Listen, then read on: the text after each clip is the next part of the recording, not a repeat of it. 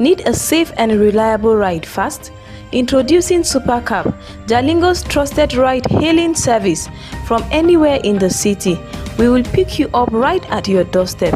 Book a ride in seconds. Safe, fast and affordable.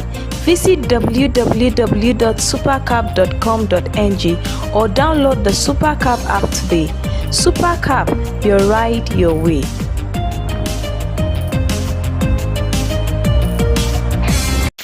Are you stuck in Jalingo late at night?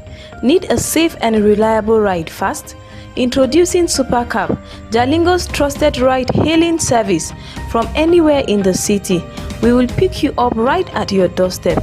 Book a ride in seconds. Safe, fast and affordable. Visit www.supercab.com.ng or download the Supercab app today. Supercab, your ride, your way.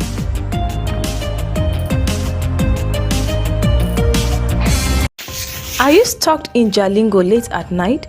Need a safe...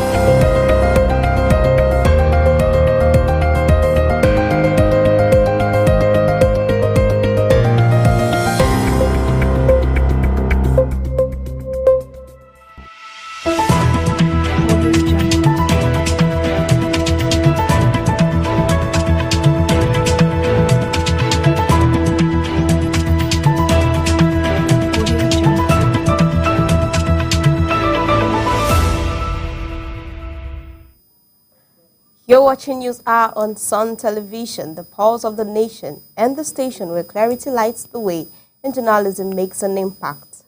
Stay connected and join the conversation on Facebook at Sun TV and stream us live on YouTube at Sun TV Live. Now buckle up, here are the top stories shaking the headlines. NCCE closes 22 illegal colleges, strengthens accountability in federal institution. And APC criticized PDP's governance over hypocrisy and underperformance. 3 Taraba lawmakers defect to PDP, strengthening party's legislative dominance as Governor Alia of Benue State congratulates newly elected Speaker Alfred Ebega. My name is Mercy Jeru, and now the news in full.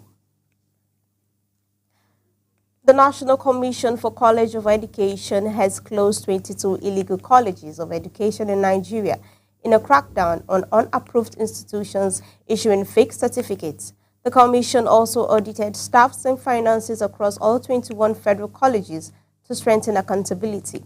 In this context, President Bola Tinubu, represented by Rakia Iyasu at the National Open University of Nigeria's convocation, condemned such schools as certificate miles, damaging the education system. He reiterated the government's resolve to protect academic integrity, directing agencies including the NUC, MBTE, NCCE, JAM, and NYSC to work together to eliminate illegal institutions and curb certificate forgery within and outside the country. Similarly, emphasizing access to knowledge, the 2023 presidential candidate of the Accord Party, Professor Chris Imumuli, has donated a modern library to Lugbe community in the Federal Capital Territory. The facility, named after him, is part of his campaign to expand access to education in undeserved areas. Imumuli described the project as an investment in national development, highlighting that free and accessible libraries help reduce inequality and empower citizens. The center houses over 1 million e-books database, marker spaces, and sport and leisure facilities. Guests, including former head of service Danladi Kifasi, commended the gesture, while residents pledged to protect and utilize the project. Leaders and stakeholders of the People's Democratic Party convened at the National Secretariat in Abuja on Monday for the 102nd National Executive Committee meeting. Prominent figures in attendance included former Deputy National Chairman Chief Olabode George and ex-Minister of Information Professor Jerry Gana. The meeting, scheduled for 2 p.m., focused on the zoning committee report and preparation for the party's national convention on November 15 to 16 in Ibadan, Oyo State. Under recent zoning arrangements, the Southwest will provide the National Secretary, Akwa Ibom with the National Publicity Secretary, while other key positions are distributed among governors from the South-South and Southeast. The session also addressed leadership succession as the current acting NWC tenure ends in December. In contrast, the All Progressive Congress APC has criticized governors elected under the PDP, accusing them of hypocrisy and betrayal during hypocrisy and betraying public trust. In a statement made on Monday, APC National Publicity Secretary Felix Moka described the PDP as commerciality and internally divided, reacting to recent PDP's governor's remark, accusing the APC of swift-liling democracy. Moka highlighted the APC's strong performance in recent by-elections, including wins in Zamfara, Adama, and Kano states as evidence of Nigerians' confidence in President Bola Tinubu's renewed hope agenda. He also faulted PDP's governors for underperforming despite receiving records federal allocations exceeding 2 trillion naira as of July 2025. Furthermore, former Vice President Atiku Abubakar emphasized that his priority is building a better Nigeria rather than securing the presidency. Speaking through Professor Ola Olateju at the Lagos ceremony, where several political figures joined the African Democratic Congress, Atiku described the party as a platform for genuine political change and national development. He stressed that the 2027 presidential candidate will be chosen through a transparent, democratic process with full support for whoever emerges. Prominent defectors from the PDP and Labour parties, including Dr. Abimbola Ogunkelu and former Lagos PDP leaders, were welcomed by ADC national officials, signaling a shift toward a new political beginning.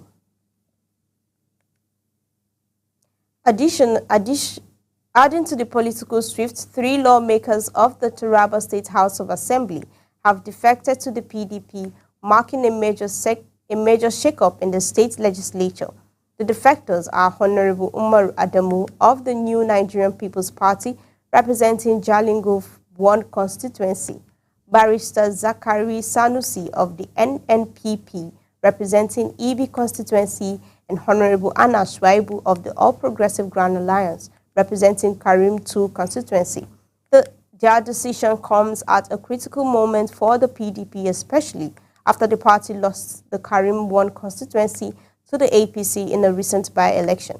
The swing in Karim 1 has been described as a turning point, damping the PDP's morale while exposing vulnerabilities in rivalry camps.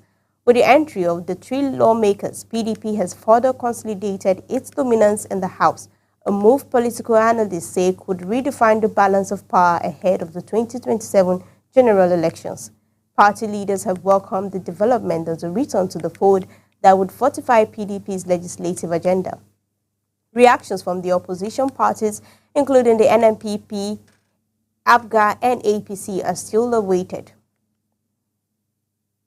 In Benue State, Governor Haiti Alia has congratulated Alfred Ebenga of his election as the new Speaker of the State House of Assembly.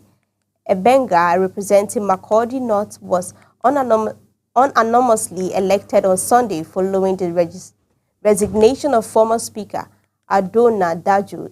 In a statement by his Chief Press Secretary, Taso Kula Alia praised the swift election process, highlighting lawmakers' commitment to democratic principles.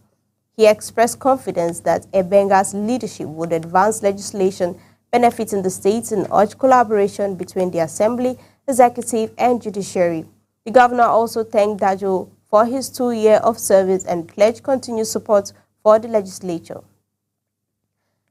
Meanwhile, residents of Rivers State remain divided as the 6-month suspension of Governor Similaye Fubara, his deputy Ngozi Odu, and members of the State House of Assembly draws to a close.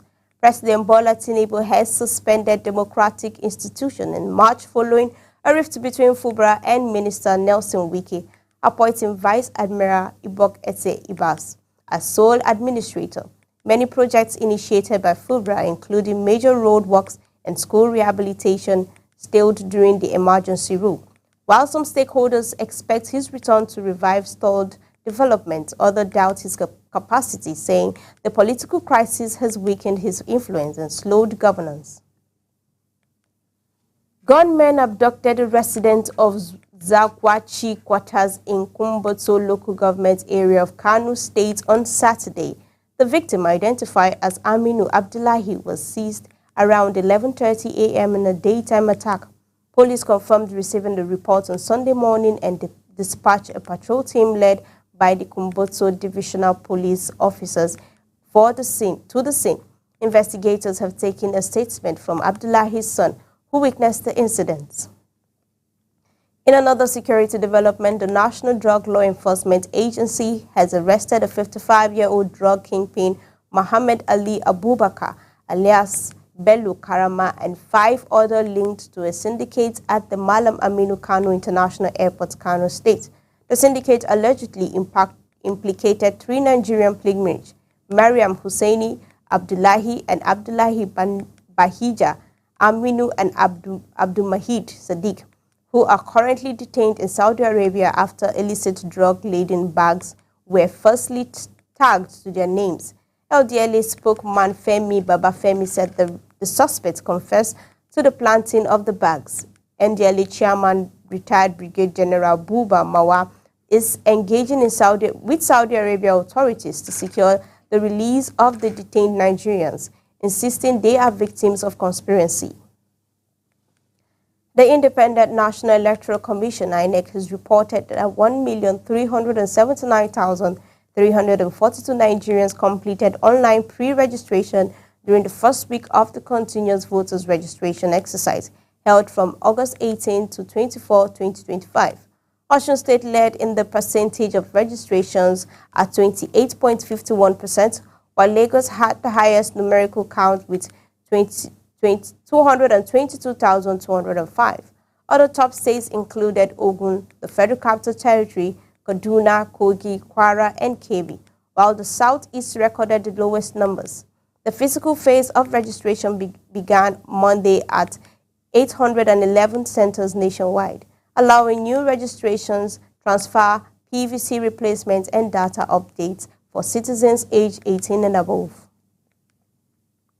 Similarly, in Kano State, the Governor Abba Kabir Yusuf has directed the Committee on Voters Registration to boost eligible voters' numbers ahead of the 2027 election, targeting at least 10 million registrants. The committee, chaired by State Commissioner Ibrahim Abdullahi Weya, was inaugurated with a mandate to ensure all residents over 18 areas are registered.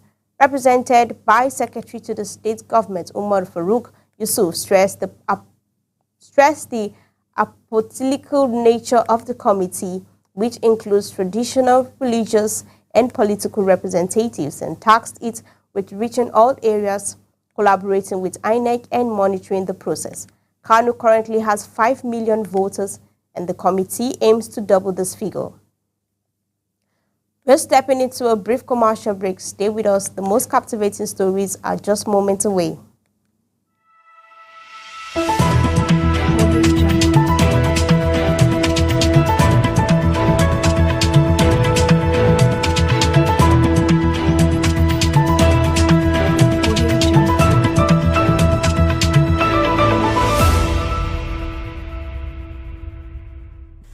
For 33 years, the National Broadcasting Commission has stood as the guardian of Nigeria's airwaves, upholding professionalism and protecting every citizen's right to quality broadcasting.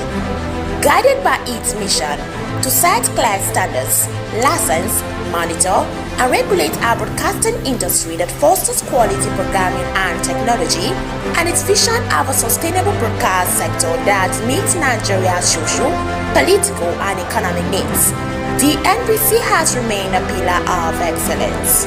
Here in Taraba State, the NBC continues to shine, guiding broadcasters, monitoring compliances, and enforcing ethical standards. Through timely warnings and fair sanctions, it safeguards professionalism and integrity across our areas. At Sun TV, we proudly salute the NBC nationally, and here here in Taraba State for 33 years of professionalism, service, and growth in the broadcast industry. NBC at Statutory, your right to quality broadcasting, yesterday, today, and tomorrow.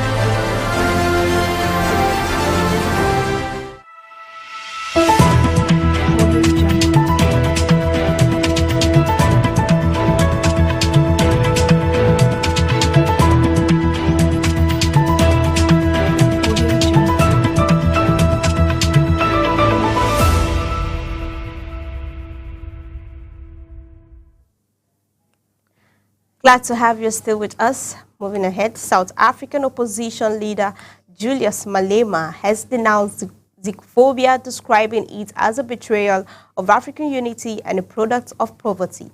Speaking at the Nigerian Bar Association's 2025 Annual General Conference in Enugu, he condemned hostility against Nigerians and other Africans in South Africa, which has resulted in violence, killings, and attacks on businesses. Malema praised Nigerians' historic support for South Africa's anti-apartheid struggle, stressing that the bond must translate into stronger economic collaboration. He urged both nations to harness their natural resources, industries, and cultural strengths to drive Africa's industrialization, while warning against neo-colonial economic dependency. In the same vein, protesters disrupted the Nigerian Bar Association's annual General Conference in Enugu on Monday, demanding the release of Bright Nenge, a Labour Party lawmaker serving a 7-year prison sentence.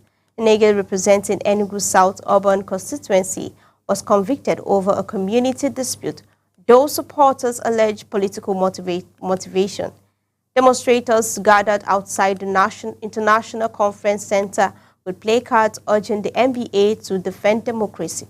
Protest leader Benedict Ukwochukwu called the imprisonment a clear case of injustice and criticized delay in Nenge's appeal after multiple judges rescued themselves. Security blocked entry, but the peaceful protest continued briefly, raising concerns about judicial independence, political influence, and the NBA's role in upholding the rule of law. Former Nigerian Foreign Minister and UN envoy Professor Ibrahim Gambari has been appointed to the African Union's high-level panel of eminent experts. The panel, established under the AU reform, will review governance, peace, and security framework across Africa. Gambari, who also served as Chief of Staff to ex-President Muhammadu Buhari, described the role as a call to service, stressing the need for African-led homegrown solutions to the continent's challenges. His appointment, later signed by the AU Commissioner Bankole Adeoye on August 20, 2025, invites him to participate in the panel's first review session scheduled for September 1st to 5th in Nairobi, Kenya. And that brings us to the close of this edition of News Hour on Sun TV. Do follow us on Facebook.